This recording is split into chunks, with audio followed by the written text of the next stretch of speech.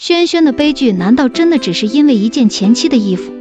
可别再被四大爷骗了，在他心里轩轩犯的最大的错可不是穿了一件前妻的衣服。即便胖菊真的很爱纯元，但他对轩轩也是有些感情的，即便前妻的他并不承认，但从后期四大爷疯批疯飞的行为可以看出，其实早在轩轩离宫之前，胖菊就对他有着一些超出纯元的感情。所以穿错一件衣服根本就不是四环离婚的根本原因，真正的因素其实宜修早就说出来了，前朝斗得你死我活，后宫也不遑多让，刚到了个年羹尧，甄远道就起来了，刚死了个华妃，管嫔又要封妃了。四大爷多敏感多疑的一个人啊，此刻甄家风头过盛，轩轩正是要更谨慎小心些，才能让胖菊没那么忌惮。但偏偏此刻的轩轩被四大爷营造出来的恋爱氛围欺骗，整个人飘得不行，所以也在不自觉的情况下做出了些逾矩行为。四大爷虽然嘴上不说，但心里老早就不爽了。之前年羹尧还在时，胖菊和轩轩有共同的敌人，所以在一些事上也愿意听他一嘴。但年纪倒了，甄家又成了胖菊的眼中刺，你此刻把手伸那么长，在四大爷眼里就是准备做武则天第二了。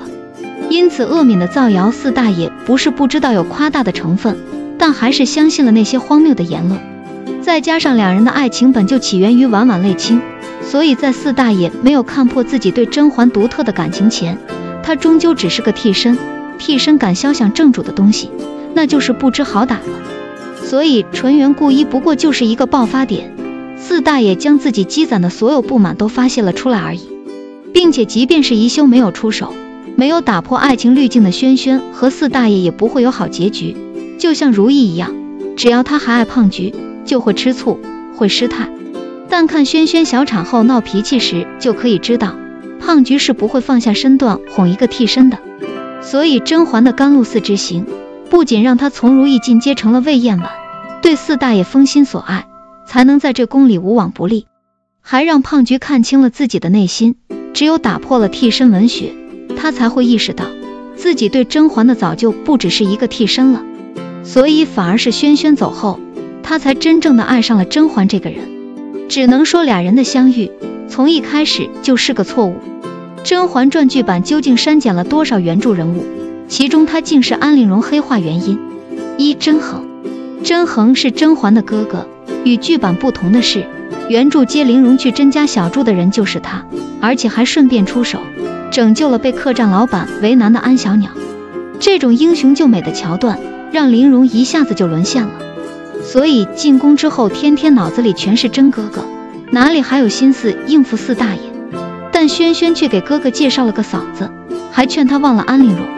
偏偏的这些话还给陵容听见了，因此鸟嬛闺蜜情从此刻开始变质。后面安陵容更是得知了甄衡夫妻和睦，而彻底恨上甄嬛。因此在甄家落难后，他才会出手害死甄衡的妻儿。二、慕容氏少。看名字就知道她是华妃的妹妹，当初家里获罪，靠着年幼躲过一劫，所以长大后就一心复仇，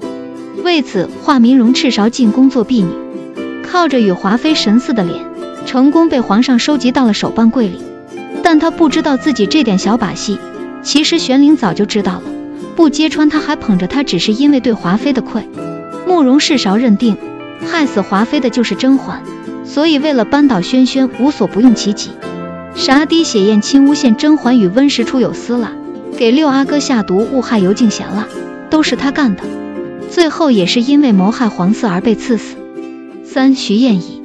这位那可是原著中重量级的恋爱脑，王宝钏看了都得喊声祖奶奶的程度。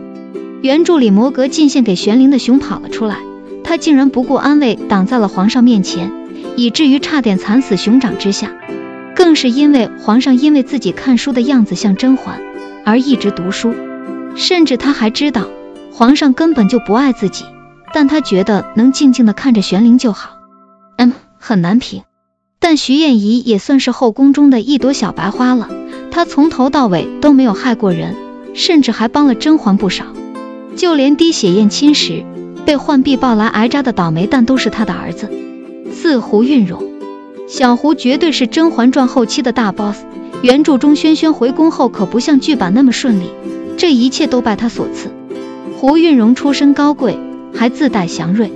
所以入宫之后也是十分嚣张。毒牙小鸟、扳倒宜修、揭发甄嬛私情，桩桩件件都是他干的，甚至还想模仿皇后杀母夺子，最终被轩轩揭发吉祥物造假，又借助柳絮致使其哮喘发作才嘎了。除了这4位，《甄嬛传》在影视化时还删减了许多人，只能说《甄嬛传》你还有什么惊喜是我还不知道的呀？